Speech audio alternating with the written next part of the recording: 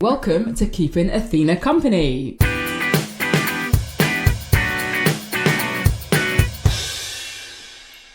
My name is Athena Bello. I'm a stand-up comedian, writer, podcaster and parent. Love being a parent, as you will know if you listen to this podcast, but does get a bit boring trying to have conversations with a 1-year-old about Brexit and what's going on in Chile at the moment, which is very bad actually, and we might cover that today. So every now and again I invite a very good friend to sit in my mum's kitchen with me to keep my company and to keep my brain youthful and lucid. And today I welcome into my kitchen, what should I call you, Benjamin or Obonjo? What are you today? You're not in uniform. I'm not in uniform. The president is in the bag because there's a gig later on.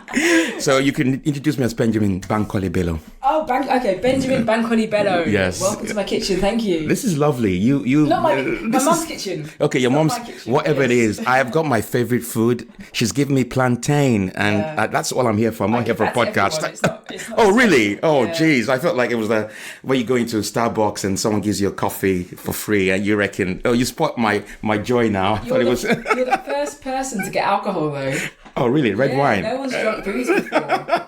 Well. So enjoy your Merlot. Red wine from where? I hope it's from South Africa. It's from Nigeria. From Nigeria. It's Nigerian wine. Great. It's Nigerian red wine. Well, thanks for welcoming to your kitchen. It's a lovely kitchen. Coming. How are you today? I am good. I'm good. I am having the great Sunday. I'm in your kitchen. Before I came to your kitchen, I watched it's Doublemite by it's a new Eddie Murphy film on Netflix. Film? Yeah. You made another film? Yes. Is it good? Oh, it is. Yeah, I would say it's good. The fact that he acted very well, and Wesley Snipes is back as well. So it's the Black Renaissance. So it's so they're all coming back, and at one point I thought he was trying to imitate Shaft in Africa because he had an afro and all that stuff and but it isn't. But it was a good film. It's a good film. Shaft in Africa. What is Shaft in Africa? I remember Shaft in Africa. That was the first black film I saw in Nigeria, by the way. Okay. Yeah, okay. It's and what film was this? We're talking about now. You wanted to tell me. You want me to tell you my age? No, but when you tell me that's the first film you saw, people will guess your age. Whoever guess my age. Yeah, it was all I can remember about Shaft in Africa was that he's just black guy with afro hair. Would this be Richard Roundtree? Yeah, Richard Roundtree. Yeah, this was many years ago, and I saw that film, and I wanted to leave Nigeria and just go straight to America because I just thought it was just littered with gold, and I wanted an afro hair, I wanted the outfit. No, it was brilliant. But you came to St Albans. And I was born in Liverpool. Okay. Yeah, I was born in Liverpool. My parents had made love in Nigeria. Made love in Nigeria and get back to Liverpool. Geniuses, actually, by the way. Geniuses got a passport and all that, but that's good. Yeah. So they went to Liverpool and had you? Yes. Okay. And then I went back at the age of 5. So you're Scouser, you're not Nigerian. Having a son this whole time. I think I'm so disappointed with existing countries. That's one of the reasons why I created President Obonjo and the new nation called Lafta Republic, because I just think these existing countries have failed their citizens. Isn't it the case? And it's really interesting your parents went back to Nigeria. That's a really common story, especially in Ghana too. Mm-hmm. People were like, independent, making money, investment, and then they went back and they destroyed, not your parents personally, but destroyed everything. The Ghanaian story is tragic because there was a time post-independence about in the mid-70s where it was prosperous. You know, we had a socialism in Ghana that this country would be proud to have. Yeah. And then we had issues with Jerry Rawlings. Anyone knows who Yeah. And about him and military rule and thievery and then IMF issues. So other countries taking advantage and giving us an environment. And it hasn't changed. I don't know what was in my father's head at the time, but I went back in 1970. He's a civil engineer. Went to University of Liverpool. So your dad was a civil engineer. Yeah, and he got a job in the Shell company, British Shell company, and I know he had great plans, and he loved Nigeria, and that's one of the reasons why he went back. But I sensed he was a very disappointed man at the end of his life, because Nigeria wasn't what he thought it was, and he couldn't join the club because he had changed so much from the education and what he had seen in the West, and he arrived in Nigeria and it's still pretty much the same as he left it. So that's really sad. So when did you leave Nigeria to come to I came back in 1985. Okay. Yeah, and I've been here. 4 years old. Yes. Don't remind me my age. And I'm surprised you don't even call me uncle at gigs. You should call me uncle. The last gig we did together, Jimmy James Jones was looking at me and he said after the gig, he said, "Uncle, that was great." I want to talk about this because something you don't see a lot on the circuit, especially because we've been going for a similar time. Yes, You're similar. Yeah. I tend to not meet many people literally over 35 and older. Yes. So even though you are quite older than me. I'm over 50. I feel closer to you in terms of outlook and maybe just mindset than a lot of these kids who are like 22, 23. How do you find it on the circuit, bearing in mind everyone is starting comedy so much younger at the moment? I have to say the best way to describe it, I don't know how old Rudy Liquid is, but I said this to him. You must know, Rudy Liquid. Yes. That he's been going longer than I have. He's been going longer, well over 20 something years, if not 24 years. And I do feel it. There's no way. I do feel it even when I'm going out tonight, I will meet people who are younger than me. But I think what brings us together is the fact that we enjoy comedy. And I think that's a key thing, and that's where the bond is. What my real friends think is obviously that I'm going through some midlife crisis. There's no two ways about it, Whilst they're watching TV, I'm out there performing. So it can be quite difficult. And do you have advice for people who want to start if they're like 30 or 35 and over? I would say do it. I think it's actually the best time to do it is from once you've lived your life, age 30, age 45, because you got a lot to talk about in terms of your life experience. But also, my view is that you need that emotional maturity. Yes. That most, no disrespect to young comics, they're still forming their views. I've been through a lot. Yeah. Do you know what I'm saying? I don't need to say what I've been through, but I've been through a lot. I've seen the challenges in life. So what is it you're going to tell me? So I apply for a gig and you don't give me a gig. That doesn't define me. Or I'm trying to get on TV and you don't give me the sitcom. That doesn't define me. Do you understand what I'm saying? I've got other things. I've seen other challenges. Do you know what I'm saying? So it just makes me stronger. Yeah. Every time you say no to me, I pick myself up and I go on with it. It's really interesting because I need to talk about this. Before the E4 and BBC Studios thing happened in the summer. Summarise that quickly. Oh, this is where E4 and BBC Studios on the 18th of July made an announcement that they were creating a new African dictator, and the rest was history. Lots of media attention. The point I want to make with that is the fact that before, because of the way the industry works, and I'd been doing it for about 10 years, I always felt ashamed to say how long I'd been doing it. Yes. Yeah. Yeah, because there's this pressure that you should have made it by the fourth or fifth year. If you've not been picked up, then why are you still doing comedy? But now I am so proud to let people know that I've been doing it for that long, because it's that wealth of experience and all the work that I have done that has helped in terms of how people responded, because people know me. People know the character, and the character's been around for 10 years. So it's not like someone who had just started a year ago. Do you understand what I'm saying? And you always work. And I work really hard. I've never seen anybody whose diary is as full as yours. And just to pick up on your point, I always tell people I started in 2012 and I still have a day job. And the reason I tell people that is because I'm proud of it. Yeah. And the reason I'm proud of it is because this is going to sound very arrogant. And if it sounds arrogant, I think people, then that's fine. But when you think about it, it's not. People often talk about what you want in comedy and what you want to achieve and whether or not you've achieved it or not. No word of a lie. I'm a success in life already.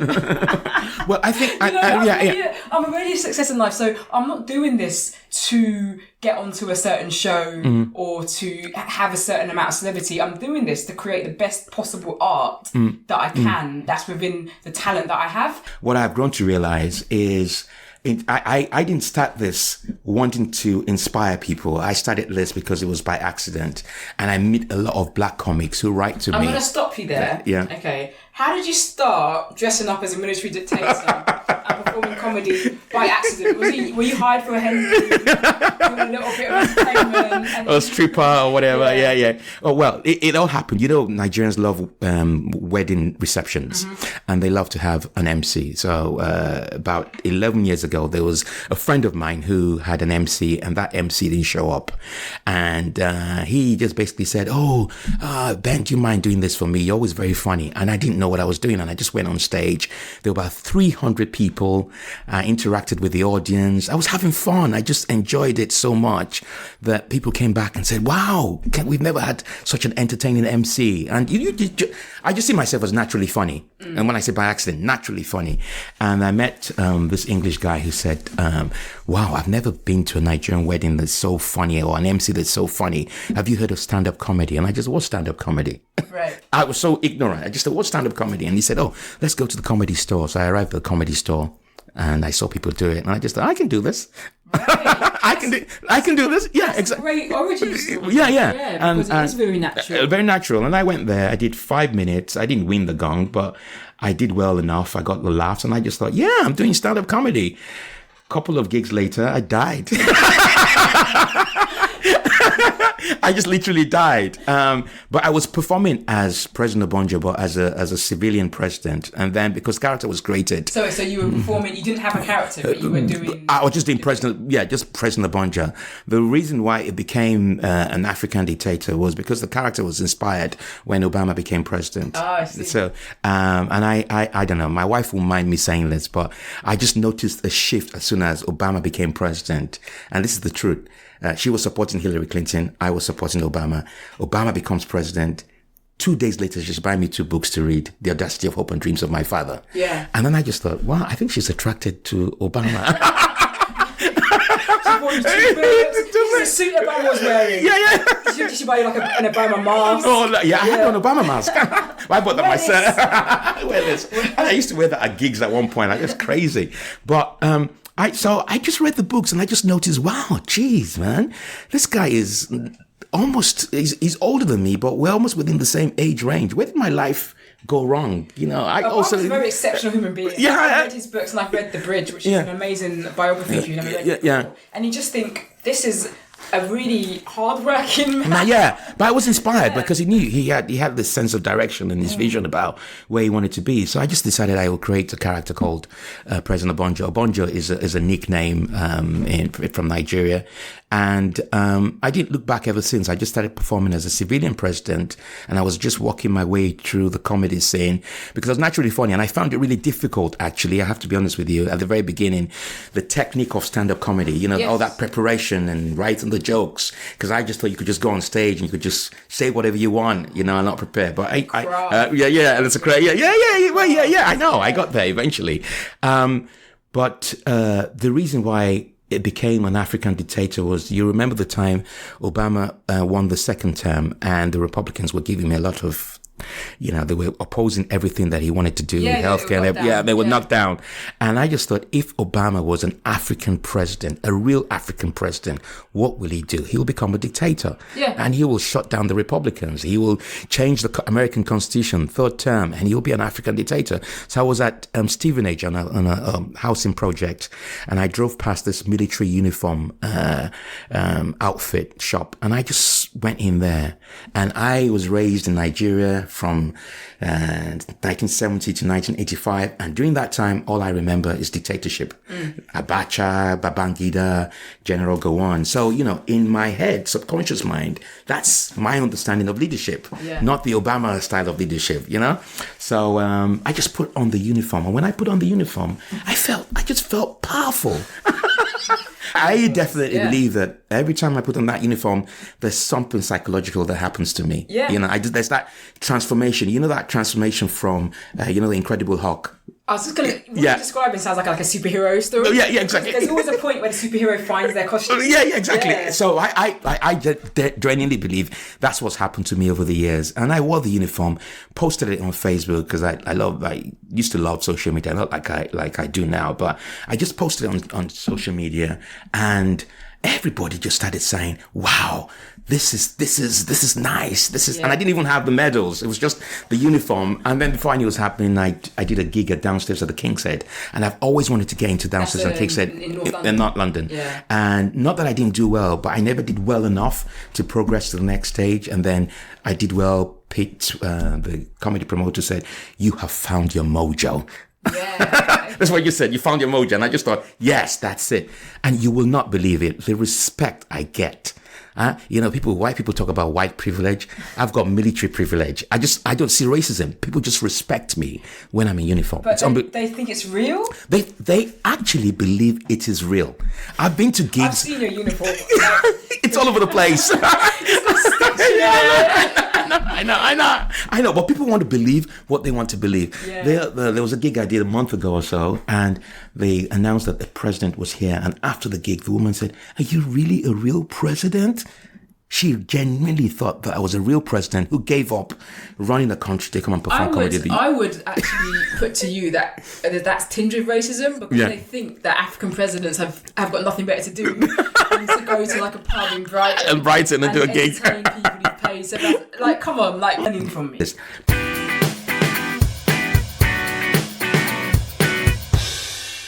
Comedy is hard, but in terms of you actually running around the country, writing the jokes, applying for gigs, the rejections, the yes, the no's, and then getting paid, and waiting for money and all that stuff.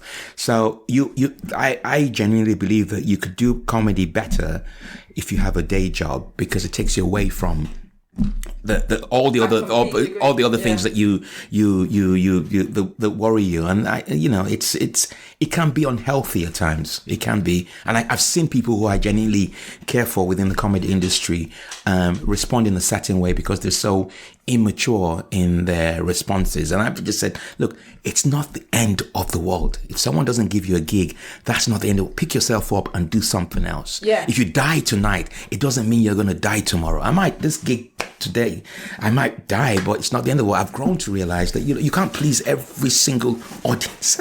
You see? And to just build on that, I take responsibility for my success, but I also take responsibility for my failures. Yeah. So if something hasn't worked out as I wanted to or planned to, I really look at myself and I say, did I deserve that? Yeah. Did I deserve a spot on that show? Did I deserve a standing ovation? Yeah. And maybe I did, and if I did, then it doesn't matter that I failed, because it means I've still achieved my goal, which is to create great art. And if I did deserve to die or bomb, then I'm like, cool, what do I improve or do different next time?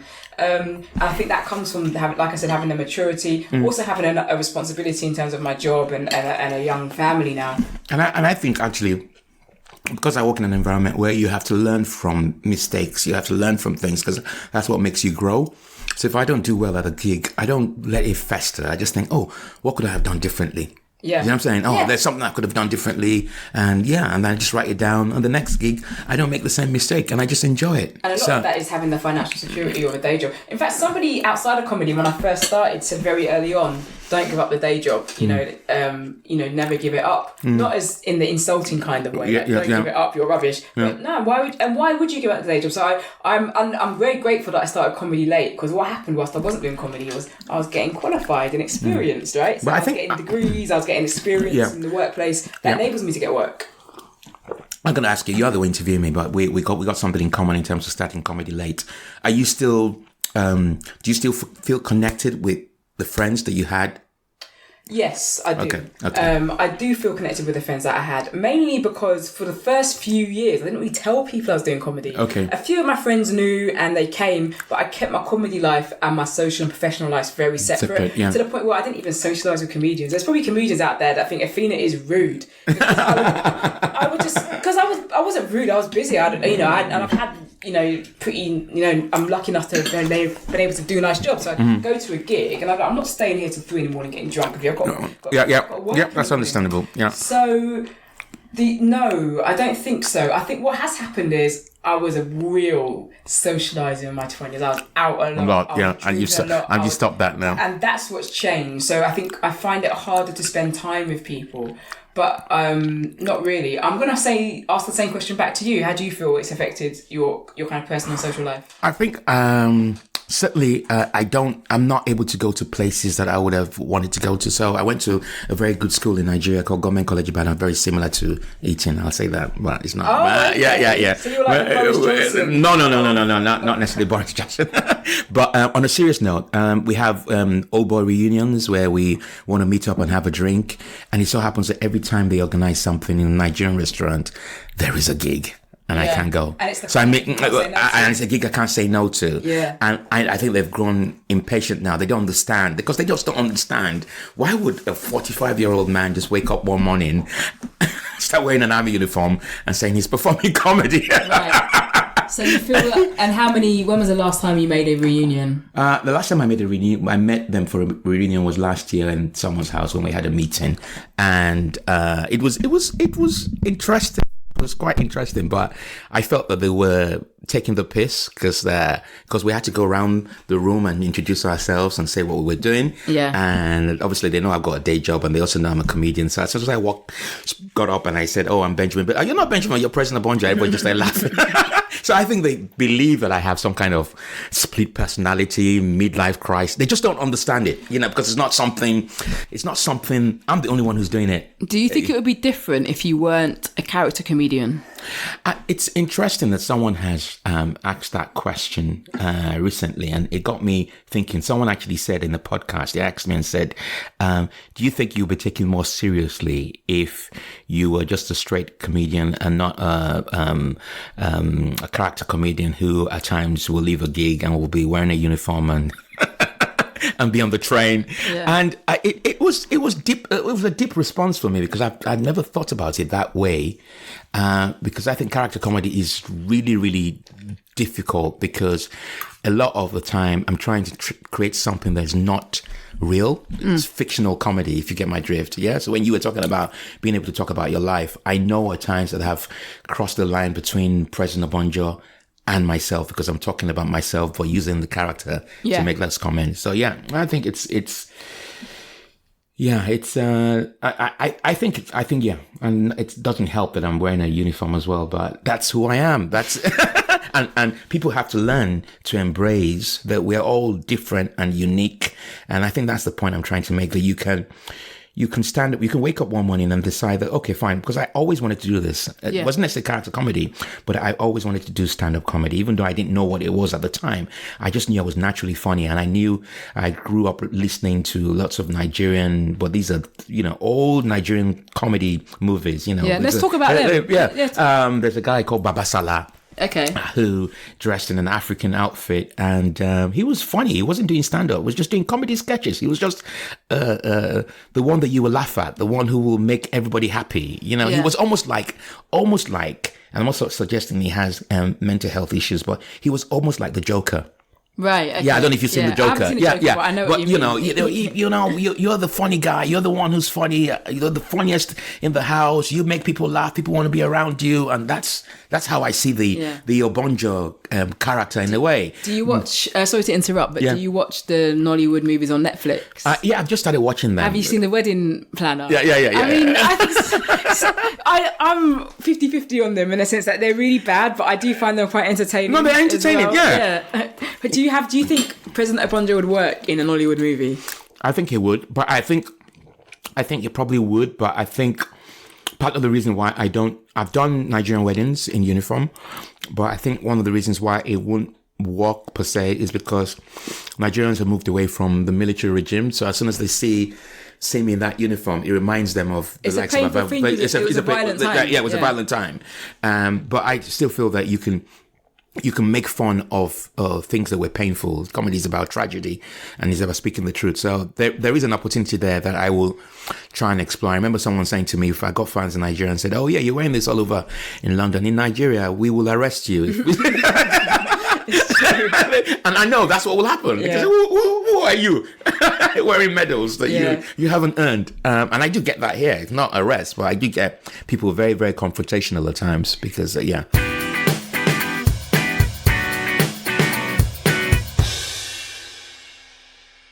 Do you have any other characters in you? And I ask this because a lot of character comedians, like one of my favourite comedy people is Paul Whitehouse, who was in the Fast Journey. I had.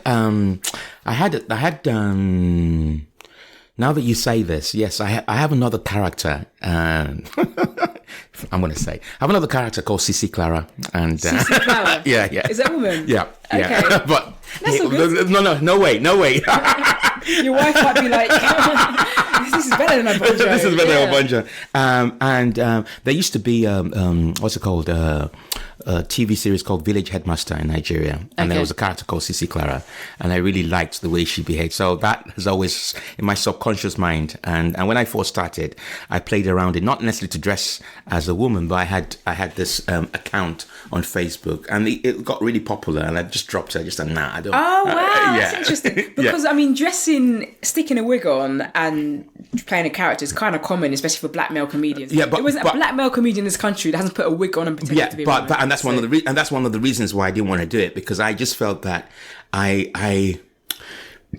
want to create something independent and unique. I don't want it to be as if I'm copying other people. Do you understand what I'm saying? So I wanted to create something, and I think that's what's worked, because I believe I'm the only one in the UK wearing a military uniform and performing across the United Kingdom. I know that for a fact. There might be other people now, I don't know, and I think that for me, that is success. Just waking up and creating something that everybody just being original. That has always been my push, always original. That's why my comedy at times can be different. It's not that I don't know how to do the British style of comedy, but I just always wanted to do something different, because it was really interesting yesterday. I have this bit where I ask, someone was heckling me, and I would only do it when someone is heckling me, and someone was heckling me, and I got them to get up, and I told them they need to repeat this question in an African accent.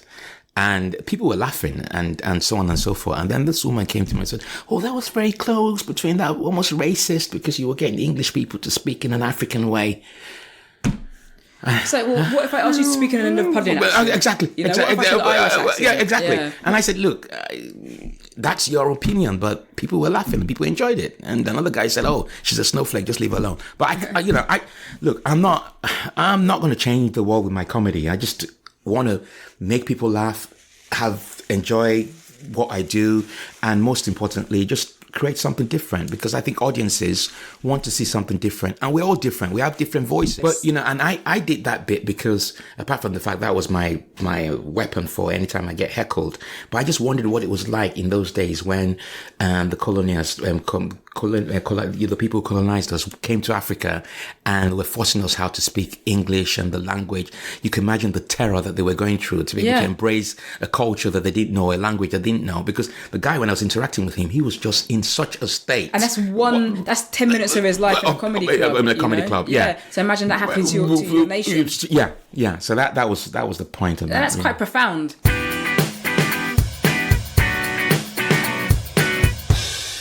So you perform comedy a lot. Yeah. You obviously involves writing and traveling. You have a full-time job, which is obviously very time-consuming. What else is there? Yeah, I'm married, got children. I try to spend time. I've got a very supportive wife. I genuinely, honestly, because she knows. She's already said that she knows that this keeps me happy. So. Can I ask, what does your wife do? Oh, she's a clothing technologist. Oh, wow. What does that mean? That means she goes around the Far East, and all these clothes that we wear, most of them are made in China, Asia. So she goes and inspects quality control. What else makes you happy then? So family, work, comedy, which is work too. I genuinely believe that I find it's really interesting. Over the years, I've found happiness through comedy. I found the fact that I can go on stage and make people laugh, and it has a profound effect on them. Because one of the things about the character that I have noticed is that people want to embrace the character. Right. If that makes sense. Yeah. So recently I did this show called Goodbye, Mr. President, and it was about a fan who became a friend and who died of cancer. And he genuinely believed that the character was a real president. Right. Yeah, he never ever called me by my real name. It was always Mr. President. And I get, on my fan page, I get lots of, I don't think my comedy ends on stage. It actually continues after I have performed. Right. So people want to interact with the character. So you've created almost like not just a experience whilst you're performing, but like something that people can engage with. Oh, look. Like how people engage with Marvel superheroes. A good example, and I'm not exaggerating. I get emails on a daily basis. So the two emails yesterday, one was from someone who said every time they walk around the shop and they see a military uniform, they remember President Obonjo. Wouldn't it be great if you got to a stage where it was like cosplay, so people started dressing up as you? Yeah, exactly. Exactly. But obviously not the blackface. No blackface. No blackface. You don't have to do that, guys. Just the uniform will do. And then there's another one that started a debate. I don't think he was being racist, but some of my fans believe he was racist. Someone sends me an email, and it's a photograph of a black soldier, Poppy Appeal. And he's not a general, he's just a sergeant. And he said, "Oh, I just saw this and I thought it was you." Okay, so as far as I'm concerned, that was a joke. Yeah.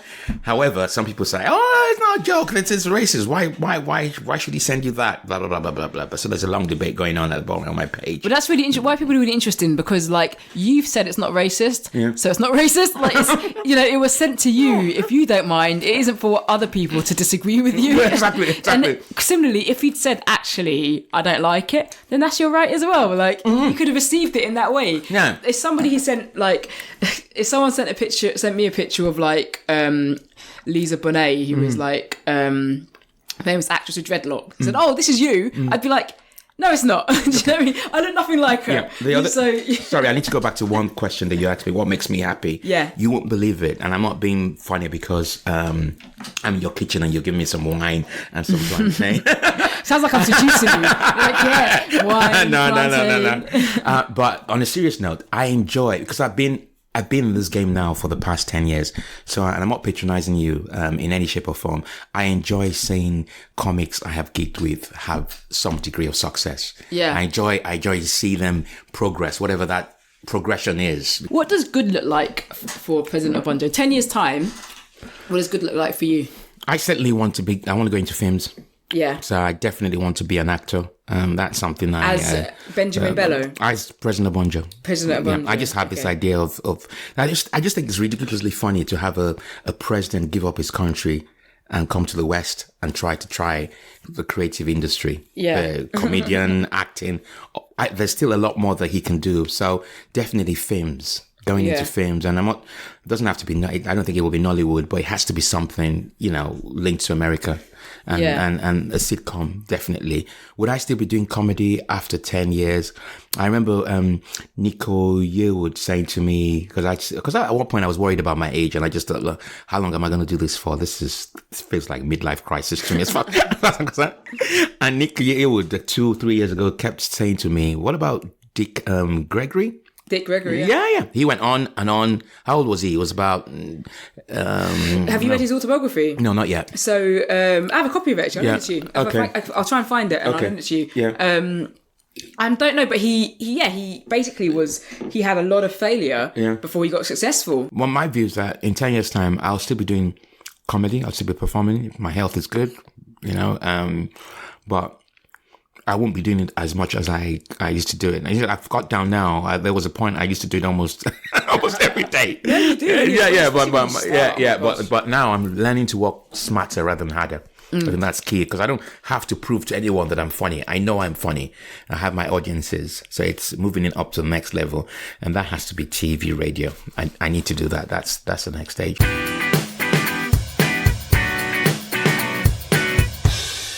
If comedy goes away tomorrow in a second, right? Let's say I click my finger and stand-up doesn't exist in the life of Benjamin Bankole Bello. Yeah. How does that make you feel? I think it would be sad, but there are other things in my life going on. So I do paint as well. I try to be an artist. You paint. This is what I was trying to get at. What else is going on? No, because I shut that door. So there've been. I genuinely. You must know this guy called Basquiat. Basquiat. I've got a great book. Hold that. I'm going to walk out the kitchen. Okay. So I'm back in the kitchen because I'm a big fan of his work. You have brought back memories. Yeah. So what used to happen is when I was growing up, I went to a secondary school called Government College Ibadan. It was science orientated. Yeah. So a lot of the Say that again? Science. No, the name of the secondary school again? Government College Ibadan. Okay, Government College Ibadan. Ibadan, yeah, in Nigeria.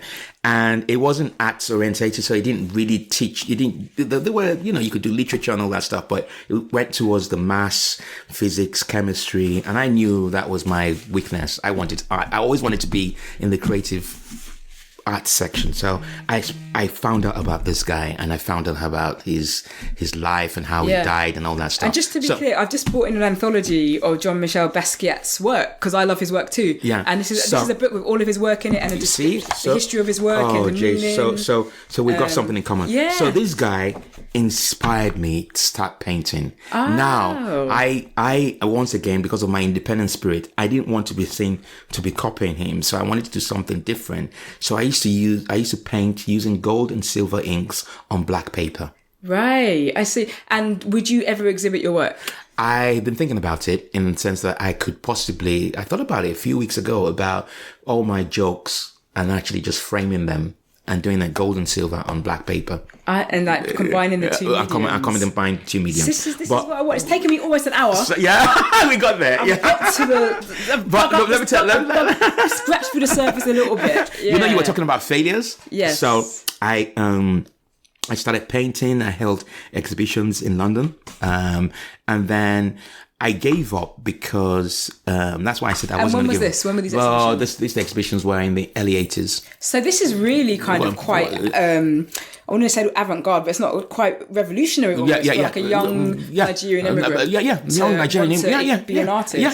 I even got reviews. I think the School of Oriental African Studies did a review of my work. I did some exhibitions at the embassy at the time. One of the reasons why I got rid of it, I stopped doing it, even though I still have those paintings, was my family members thought there was something horribly wrong with me in terms of my paintings. Sounds familiar, actually. Yeah. Like, when you're painting, now you're dressing up as a president, what's going on? Yeah. So I remember doing, holding up, when I was still very active at the time. I hadn't discovered comedy, so I had a social life. And I had an old boys meeting, Government College about an old boys meeting. And I used to do sculptures as well. And I did the sculpture of a woman, but a woman with a tree. And I put it in my toilet downstairs. And all the old boys went into the toilet. And when they went, they screamed out because they just couldn't understand what it was all about. Right. So one of them spoke to my mom and said, is Bankole all right? It doesn't look like there's something right with you. Yeah. There's a rampant conservatism in our cultures. You're Nigerian, I'm Caribbean and Guyanese and Ghanaian that we really need to address because it holds us back, especially when we emigrate to a country like the UK where actually there's a huge amount of reward for being creative. And we talk a lot about structural oppression of black people in the creative industry. It's like you get oppressed in your own home. We talk about, the BBC won't employ working class people, they won't employ black people. Here's you in the 80s being creative and trying to express yourself in a way, and even inspired by one of the most creative black dudes that we know. And people are running into your toilet and complaining to your mum. So this is, as a community, we need to all. Sometimes our conversation is always centered on white people this. It's like, well, okay, that's fine, but when your child or when your young adult or whenever someone in your community is doing something, how supportive are you? Exactly. Of that? Britain opened the creativity that I suppressed back in Nigeria because I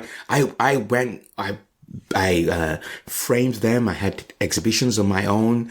People will come and see them.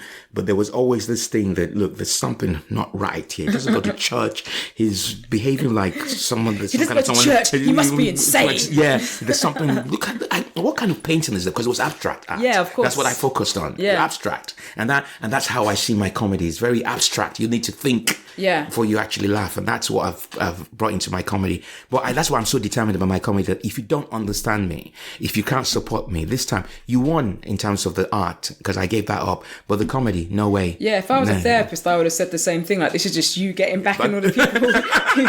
And I hope you revisit your art, Benjamin. You've got it, and I've got to edit this down. There's too much here as it is. So it's going to take me all week to edit. I know you've probably earned some more fans during this conversation. Oh, thank you. For the 3 listeners that I have. 3 listeners. Where can people find you?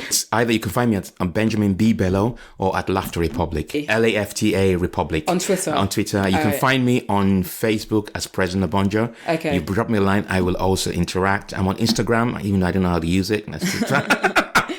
That's one bit I don't know how to use under Obonjo. I'm not going to give out my telephone number. Or if you see anyone out there, I'll put it in the description of the podcast. But if you see anyone there in a uniform walking around the streets after 10 o'clock at night, it's President Obonjo. It's There isn't President it? Obonjo. There isn't anyone else. Okay. Thank you so much for coming. Thank you, I Ray. really Thank you. enjoyed this. I'm really thrilled that you're an artist and you love Basquiat, because I love him too. So we'll talk more about this. Yeah. And I've also got to get Dick Gregory's autobiography for you. Oh, thanks. So yeah, thank you for coming to keep my company. It's been great. Thank you.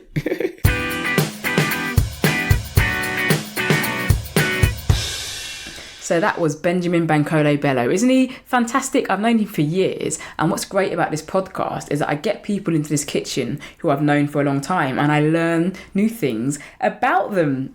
So I've learned that he's an artist and he loves art, and we've got a shared love of Jean-Michel Basquiat, and his art is fantastic. Benjamin's art really is great. He showed me some pictures on his phone after we finished recording, and it's great. It's vibrant, interesting. It's definitely inspired by black artists of the past.